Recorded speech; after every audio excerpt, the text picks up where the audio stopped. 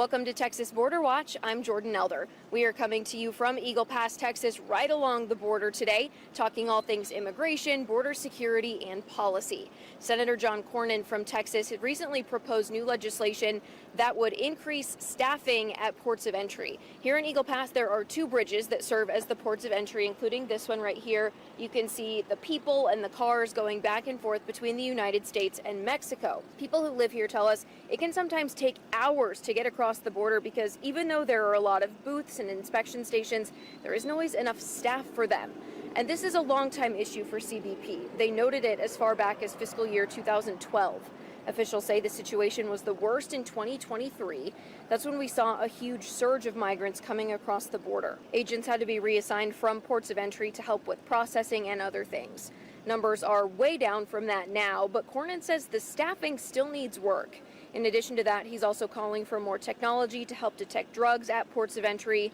Usually you see a lot of headlines about what all Border Patrol caught people trying to bring in, and part of that happens here. He says overall safety will be increased if that gets beefed up too. There's also a new military zone set up in Texas, and it is in El Paso. It's known as the Texas National Defense Area, and it stretches east from the Texas-New Mexico border along a 63-mile strip of land, and it's associated with the Fort Bliss Army Base. As part of this operation, military personnel can temporarily detain migrants or trespassers who are then transferred to Border Patrol. According to Border Report, 87 people were charged in the U.S. District Court for the Western District of Texas between May 2nd and May 8th for illegally crossing onto that property. This is the second National Defense Area, the first one in New Mexico. That one is 170 miles long, and it goes from the Arizona border to Santa Teresa, New Mexico. You're on the picket of the sign team. You're doing the same thing. Here's some new video for you. These soldiers are placing signage for the National Defense Area along the border near Clint, Texas. They put out about 150.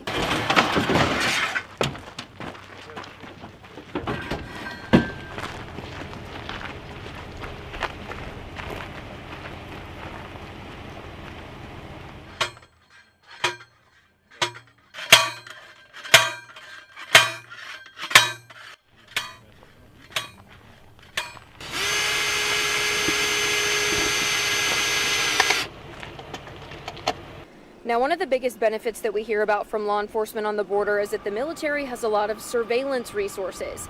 This is new video of the 10th Mountain Division doing maintenance on an early warning radar system near Rio Grande City in Texas.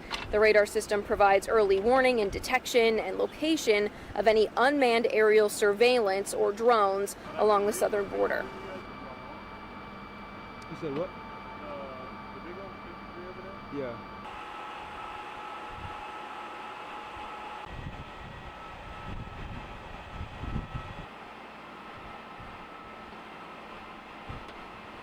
Now, on the other international bridge in Eagle Pass, one thing that you won't notice coming across right now is livestock, things like cattle, horses, and it's because of a tiny fly with very dangerous larvae. It's called a New World screwworm. If you're eating, you're going to want to put your food down. I spoke with Peyton Schumann with the Texas and Southwestern Cattle Raisers Association about the risk this bug poses not only to Texas animals, but the Texas economy.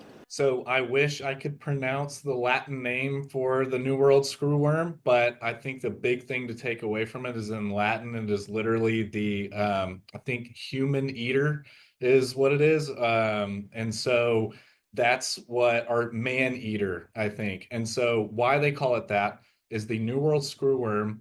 It's maggot because it's a fly. Everybody, screwworm, you want to think it's a worm or something like that, but it's a fly.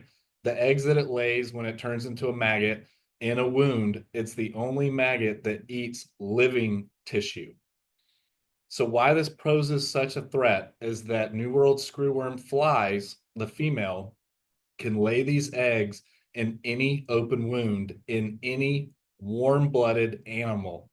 And notice that I say there animal, not mammal, because we're talking about birds, we're talking about pets, humans, livestock, wildlife, anything warm-blooded, it can lay in. And a lot of people are shocked, but we're talking about something as small as a tick bite. Any open wound, it can lay eggs in, to where then the maggot, why they call it a screwworm is the maggot kind of screws down into the flesh as it eats, making the hole bigger and bigger. I hope none of your audience is about to eat supper. And so it screws in there, it eats its fill, they fall out of the wound, they get into the ground where they pupate, and then the fly hatches from the ground, and then their life cycle continues. So, what is kind of the historical context of this? Have we seen these screwworms in the United States before? What was done there? How did we get to this point where we're at today, where we have had to close the border to certain animals because of this? So I'm not sure the exact date that or year that they were introduced to the US. I know that as far, as before World War II, that it was an issue. And so kind of the neat and cool history of it, they were trying to figure out ways to combat this animal that was decimating livestock and wildlife throughout the Southwest. And two guys came up with the sterile fly eradication program and how to do this. And interesting enough, they were doing this work. World War II broke out, so everything was put towards the war effort. So then once World War II ended, they were able to complete their research. And then we started getting the sterile fly technique and using these sterile flies, and so it was not eradicated in Texas until 1966. I think fully kind of a little more into the 70s. And then the most recent outbreak in the United States was in 2017 in Florida, in the Keys, where it infected the key deer population.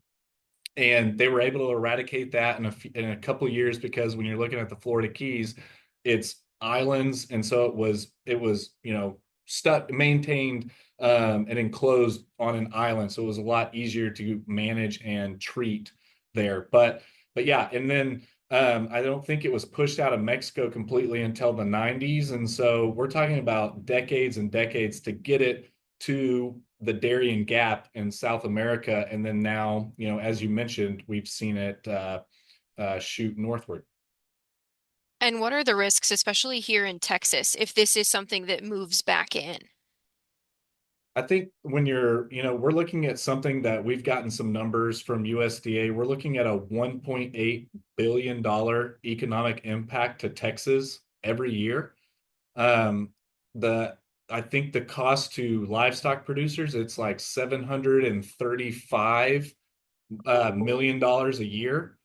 And then when you look at our wildlife, what our, hunting, selling of licenses, different things like that, what that brings into the state's economy, which is like nine something billion dollars a year. In the 60s, our white-tailed deer population was decimated, like 80% of it was decimated. And so, you look at just those two industries alone, you're looking at a huge economic impact to just Texas, let alone, the rest of our southwestern states.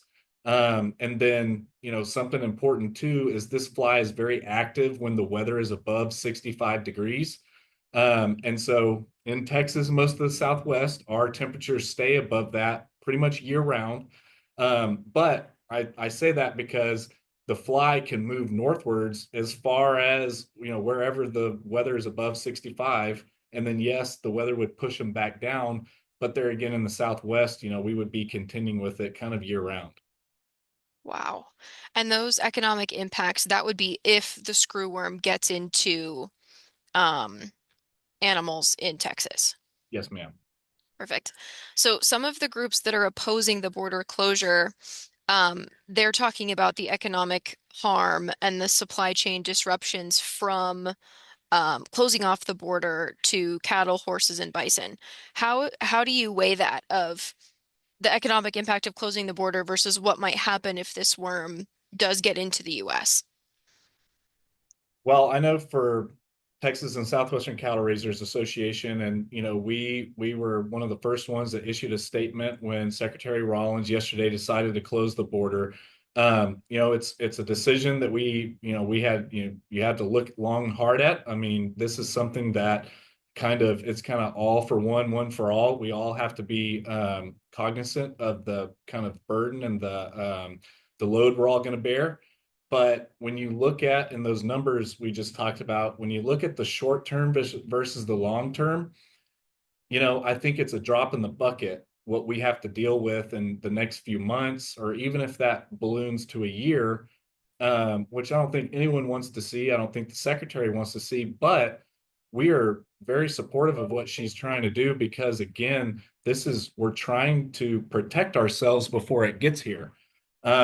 Because really right now, the way that it's moving through Mexico, you're looking at it being about 700 miles away from our southern border.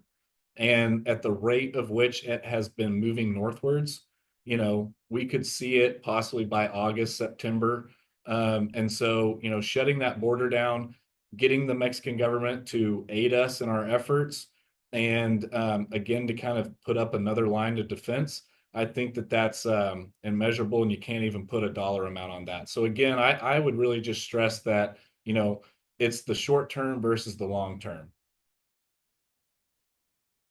Is there anything else you think is important for people to know, either about the worm or about the impact it could potentially have in Texas? I think that something really important for everyone to understand is that, we've eradicated this before. And so we're definitely more than capable of combating it again this time around. I mentioned earlier, and something I didn't really expand on, is this sterile fly technique. And so what that is they take the New World screwworm, they irradiate it, and then the male flies, they irradiate the male flies, which sterilizes them.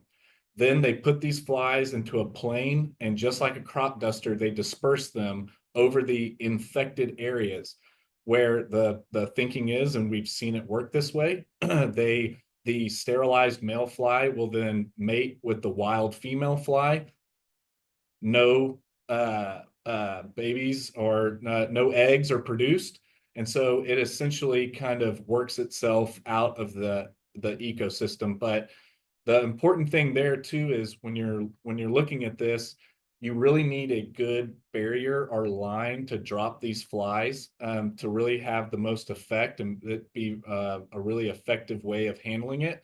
And so that's why, again, we're kind of needing cooperation on a lot of levels, because we've got to know where to disperse the flies and have a good enough area that we can cover to where you can push those back. What we're lacking and need the most is surveillance. Because again, the numbers that we've been receiving have been sporadic. And I say that as in that, we hear 1 week it's, 800, and then 1 week we hear this. And just so y'all know, it's, we're at 1,400 cases right now. And probably a little bit more than that. And so, and then on the wildlife side, we've received no surveillance on wildlife. And so, the planes are a huge deal of it, but we also really need to see more surveillance and more reporting. And so I think that's one of the big reasons for this shutdown, is that, we've got to have a good open line of dialogue and both parties be very transparent with each other. Because again, like I said before, it's not just all for one for all with ranchers and producers. It's got to be the countries all have to kind of be working together as well. That's all for this week's Texas Border Watch. Thank you for joining us, and you can find more information on any of these stories over on our websites. That's news4sanantonio.com or foxsanantonio.com.